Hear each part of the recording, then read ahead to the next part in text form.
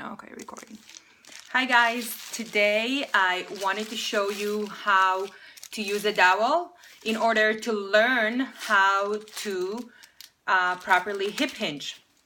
So let's get started. What we're gonna do, we are going to, I hope you can see, yeah, you can see, okay. So, number one, what you wanna make sure is to stand tall, okay, that's a starting position. Make sure that your chin is tucked in, meaning your neck is in neutral positioning.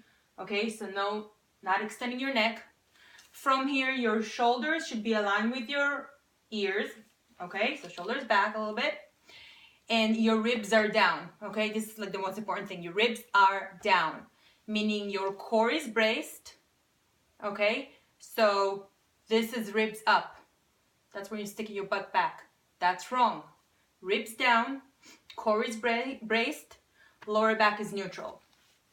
Okay? From this positioning, what you want to do is take the dowel and you're going to have 3 contact points. Okay? So you're going to have your head and your mid-back and your tailbone area, your glute area. Okay? From here, the way that I like to hold it is like so. Okay, and whatever is convenient for you, so you can actually switch arms, so depending on your mobility. So from here, what you want to do is push your hips back. Okay, only the hips. So that's gonna look like that.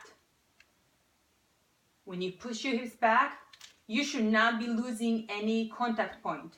Okay, so your chin should not, your head should not be tilted forward. Okay, your lower back should not curve because that loses this contact point. Okay, so again, it's going to look like that.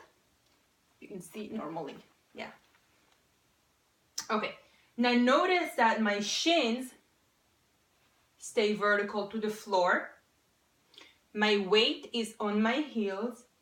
And in this position, you should be feeling a stretch in your glutes, your butt, and your glutes is your butt, by the way, in your glutes and in your hamstrings, the back of your thigh. In this positioning, you should be squeezing your butt. Okay? So weight on your heels, shins are vertical to floor, come up, squeeze your butt.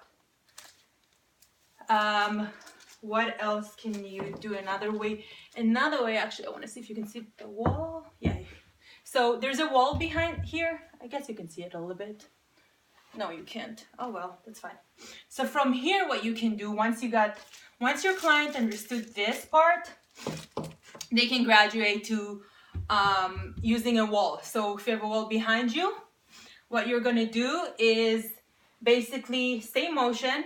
Okay, so but you don't have the feedback from the dowel, so you're gonna have to make sure that your alignment is proper. Okay, so stay motion, push your hips back, come back up.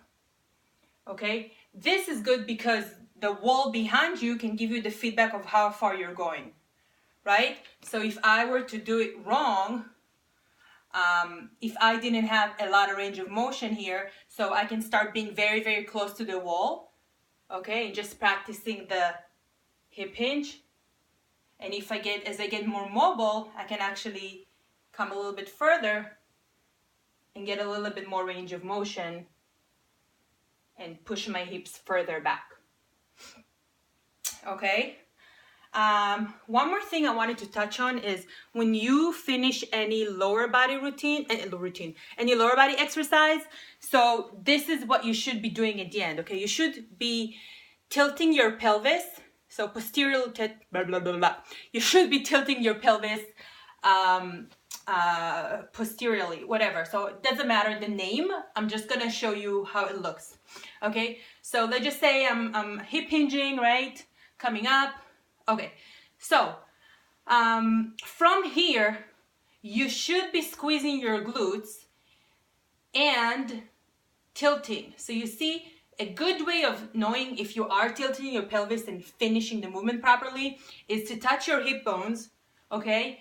And then from here, if you're really tilting your pelvis, it's a tiny, tiny range of motion, but you should be feeling and seeing that your hip bones are coming up towards you. You see if I'm touching here, coming up. So what happens is that you see my lower back getting a little bit flatter, right? It's flatter now. I'm squeezing my glutes, I'm tilting, and I'm feeling a little bit of a contraction here. Okay, that's what you should be feeling.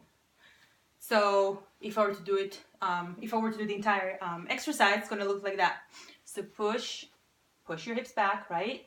Pretend like you have a rope around your waist. From here, squeeze. Okay, and you can practice this. Like I make sure my clients can actually tilt their pelvis and move their, tilt their pelvis, yeah, tilt their pelvis properly before I get them to actually do like deadlifts and squats and all that. So I hope you find this helpful, and I will see you guys next time. I don't know why I just grabbed this, but I did. Okay, and if you have any questions, just let me know. Take care, guys.